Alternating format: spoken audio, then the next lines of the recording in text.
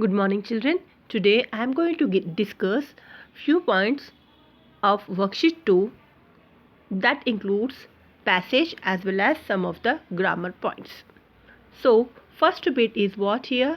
Read the passage and answer the following questions. So, this passage belongs to lesson 1. Name of the lesson is what? The fisherman and his wife. So in my previous video you can see the explanation part of this lesson, and in my last video I explained grammar part 2. So today I am going to discuss on this passage, and in this passage question and answers. So let us start the passage reading. Long, long ago there lived a fisherman and his wife. The couple were very poor, but they got plenty of fishes to eat. They lived in an old wooden hut by the seashore.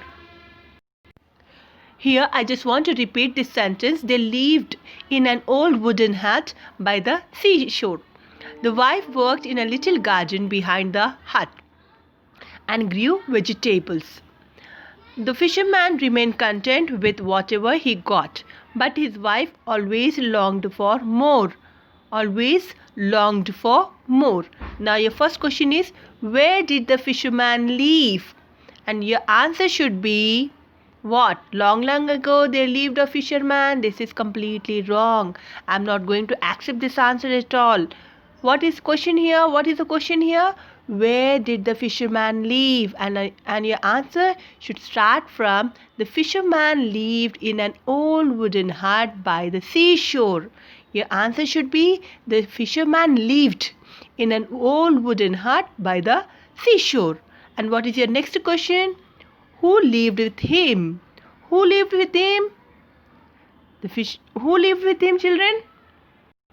The fisherman's wife lived with him. You can write in this way, or else he lived with his wife, or else his wife lived with him. You can write in this way. And your third question is, what did the fisherman do each day? What did the fisherman do each day? What did he do always? Yes. The fisherman catch the fishes every day, right? Your fourth question, what does his wife used to do? What does his wife used to do, children?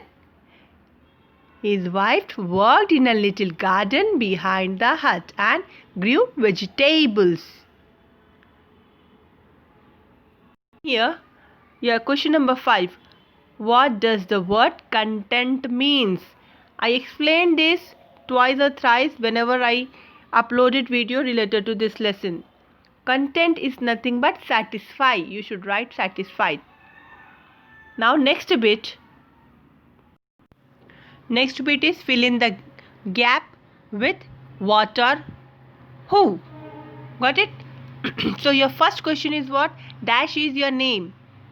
Your answer should be what here in the blank? What is your name? Second one, who is that boy with a red shirt? Third one, who is the tallest boy in your class? Who is the tallest boy in your class? These all are questions, children. WH word stands for questions. And what is your fourth one here? What is that building over there?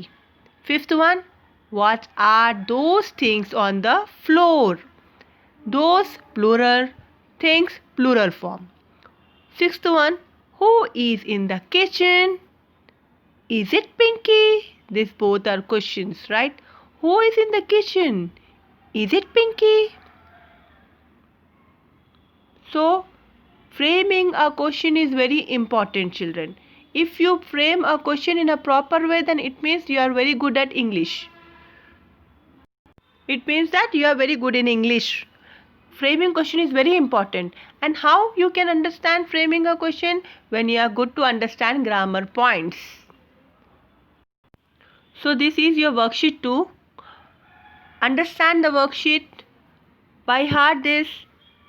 In this also vocabulary are there. You can work on that, and this passage you can move for reading to improve your reading part. Work on worksheets, children.